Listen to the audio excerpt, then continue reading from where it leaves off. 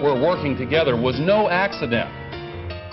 The President and Vice President deliberately ignored warnings before the war from international intelligence services, from the CIA, and from their own Pentagon that the claim was false. Gore said this alone renders the president and his administration unfit to fight terrorism. If they believe these flimsy scraps, then who would want them in charge of anything? Are they too dishonest or too gullible? Take your pick.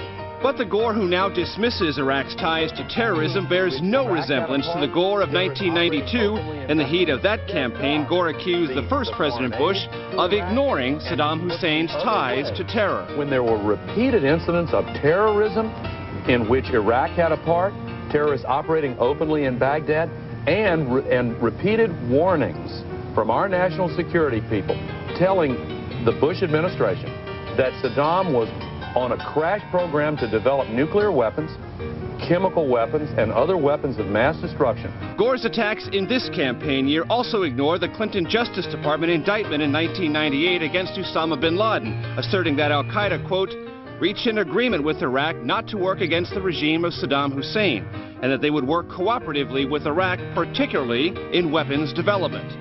Gore also mischaracterized the 9/11 Commission's conclusion about Iraq's ties or links to the 9/11 attacks. When the bipartisan 9/11 Commission issued its report last week finding no credible evidence of an Iraq al-Qaeda connection, it should not have caught the White House off guard. The commission only said there was no evidence Iraq played a role in 9/11. It reported several ties between al-Qaeda and Iraq before 9/11, but found no proof of cooperation. But it did not disagree ties that the President and Vice President Cheney have pointed to did in fact exist. The Vice President is saying, I think, that there were connections between al-Qaeda and Saddam Hussein's government. We don't disagree with that. Gore also said the White House relies on what he called digital brown shirts to intimidate reporters who question administration policy. Gore is now the first former vice president in memory to accuse a president of using Nazi tactics on America's free press. In Washington, Major Garrett, Fox News.